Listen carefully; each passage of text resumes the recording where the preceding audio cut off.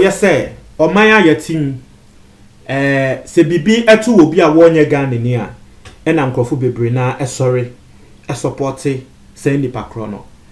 You were my whim, and a brand to be a friend of George Floyd, posy for a cocuno or America. You who gun and penny for, especially the president of the land, Nanado Dankwa, and somewhere what the Barbontia will be Troye. Ghana for Bibrina who say, yes, Nanado I add there because a international matter. Se Nanado kasa wo ho a na tre say yes. Wo ma Ghana nsonkofo who say yes, Ghana man so we are sympathizing. Ngofo Bibrina ebo Nanado ichi say asem to Ghana ni a Nanado won kasa ho. Me mamoti ase say Abrante e friend Kwame A+. Ono mpo eba bonten ebe ball Ekufo Addo ichi. Se bibi to Ghana ni bi sa se Ghana ni police ni ebo no ana bibi sa na eya na Nanado nkasa ho because lockdown no sa time no soja ni bi issue to Ghana ni bi kuno yante se Nanado ka hwe na so si wa broche de asemo Kwame A+ kan ne se wodi mrika aba betro e wo social media na we na ma Ghana fo ebi mo edi ebufuo asore a wo mo ka se dabi se ye betena se na bibi sei koso wo man we mu na mpanyifo e wo se kasa wo mo nkasa nanso ekotu obi wa brochire ana obi a woni Ghana de na sebe wo ma betwe wo mo pententen ne mbrofo akese na wo ma betro e wo social media so de e wo se yenso ye hyase enti Ghana fo bi ahye petition ase a petition no wo mo tro ama president Ekufo Addo na de wo mo ka ene se wo mo de wo susu se ebia wonte de ekoso e wo Ghana wonte se video bi aba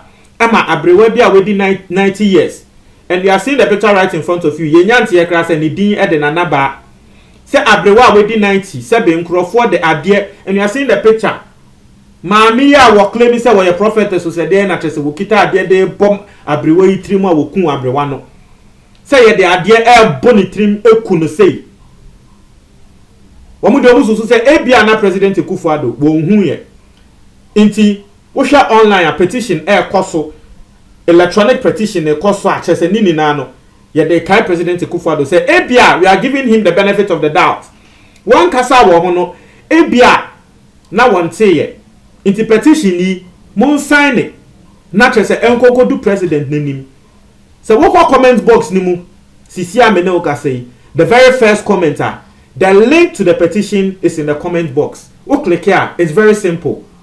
O click so sign petition it will just take ebe fan say wa sign it na just president name who say yes Ghana for bebre asane because akwa ye say sisi anu BBC e wo Ghana ha say na nkofo bebre ankasa ho a eya na asem no bebi a ewo say ekokodu no enkonkodu ye pese ye hu say president kasa wo ho Ghana ni 90-year-old ena ya ni say senya yekumo broni na yekumo bi wo abroche a wo be kasa wo no ye pese wo be kasa wo ho saa so please so wonso and that me sanso hwe video na tie for ebufuo na video no kra me ntumi ahwe video na I think it was 44 seconds 5 seconds per a me hwe wo video no me ntumi ahwe me di video no kotu baby me bofu video no and say YouTube policy and can make show video no wa push video na etiefo jai me boafu say pa me say etie just say na me boafu pa me say Ewurade Yesu Kristo imagine say woni mami na ka nipa ode ade wafa ade a wode bo mami tirim say wo kunu no na ka wo krasa bi obedi ewu. That is how I felt when I watched just 5 seconds of the video. On Twitter and there, a lot of Ghanaians are speaking against this. Na me danyankopon say, the very first time I broke the news, na sa adia no na Ghana for enshedante story ne ye. The first time I broke the news, na microphone enshedante ye. Ba say nyankopon wadom ti, maame no krase e wo mba. Ne mba na aba abonten aba be kasa e ka story a wutie ne mba ne story a wo besu. City FM. Ne mba no wutie wo mo story a wo besu. And I'm a Ghana for just a Ghana for can't see the money story. Now, come on, sorry, with this campaign. Now, me de say at this point in time Ghana for social media sorry I am seeing people posting on WhatsApp status can say adan na we die yen kasa wo ho say wo be kai emra me be kan ye no and yes ye melodies dey wo kan wo ye NDC ni melody Ghana ni ewu me ka say adan na mpanyifo kasa wo ho no eno nso yes me ye NDC ni but me da Nyankopon ase me da say me sha say me kasa on this particular matter no nkrofo asom e ma sisi a petition aba me sraw so wo hwamia it is very simple. Comment box ni muno. The very first comment. The link to the petition is there. Onye say wo ko ye bibi hunhuran. O click so a Ebeka say, do you want to sign this petition? O click yes, sign this petition and no. Just say what sign it. Inti ebema numbers na koso. Yes, sign the petition ni ye the akwa President Akufo-Addo nim. The question say we want justice for this 90-year-old woman. Senior George Floyd who ya Ghana President Akufo-Addo be call justice for George Floyd no. Yan so ya call for justice. Yen hu say ebia asem no won tie. Enya bone obi wo ho a asem wo ho a won tie. Yen fa Anthony so say president asina waye kom. We don't want to play those politics here. Ebia na asem no won tie. And nti ye sign petition no. Nkonko do nanim no hu say yes Ghana for ya sorry e wa asem we hu. One thing that President Akufo-Addo work and say Ghana for ni sorry will bibi ho a he has no choice.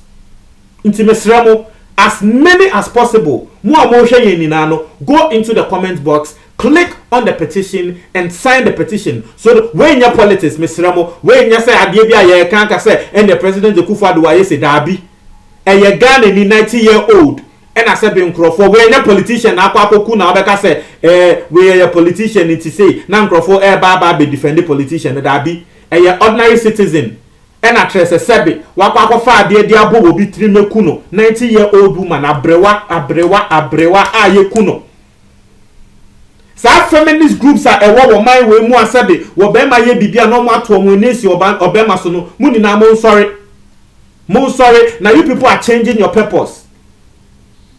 Mo sorry ayo bema na ka mo sorry sisi and the feminist groups feminist groups bebre no akwa dane hatred for men group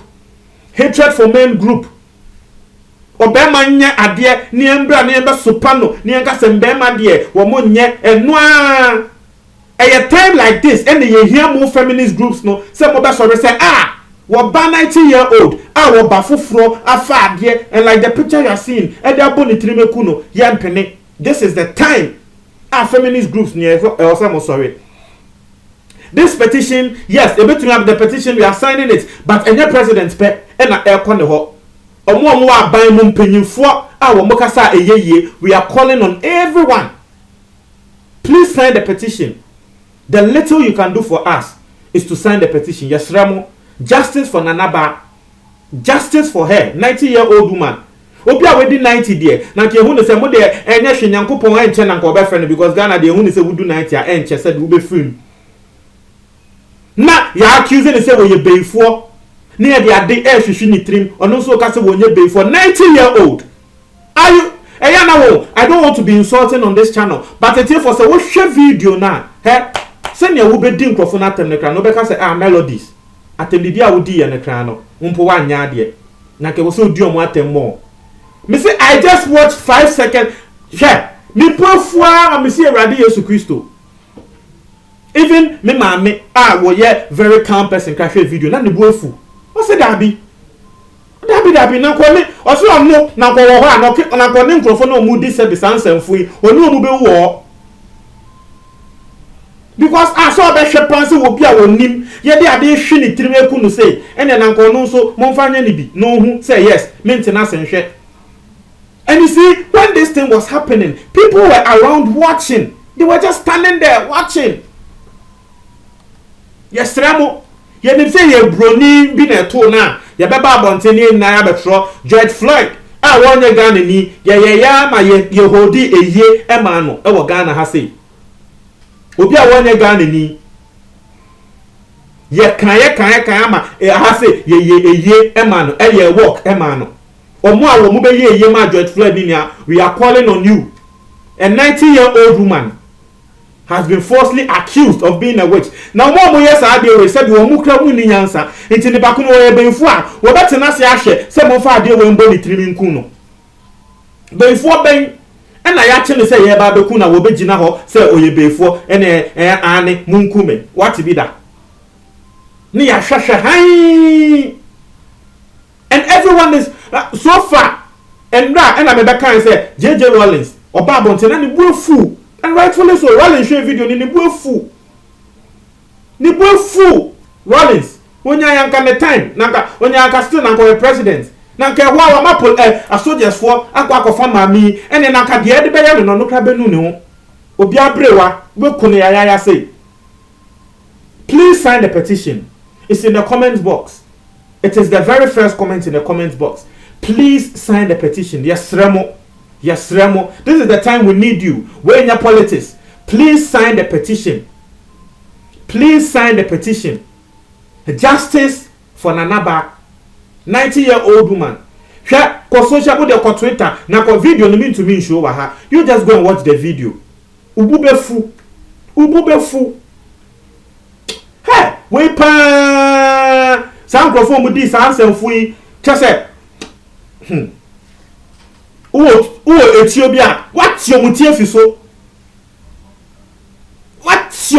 so cry me bufu interna make us no obi beka say that and also any justice because yes we could nipa kono back also dey ko jina court but won say bufu interna make us answer no I was saying me twa so wa ha because my hair me kwa kan say bi krama me kra no e be kwa koye say ade am standing for no but please go into the comment box, the very first comment. We are calling for justice. Sign the petition. Justice for Nanaba. Please. Ye pamocho. Menshada betina ha se ensremo bibiada. This is the very first time. I'm betina ha me sremo adie. Me sremo. Just do this for us. Let's sign this. Please.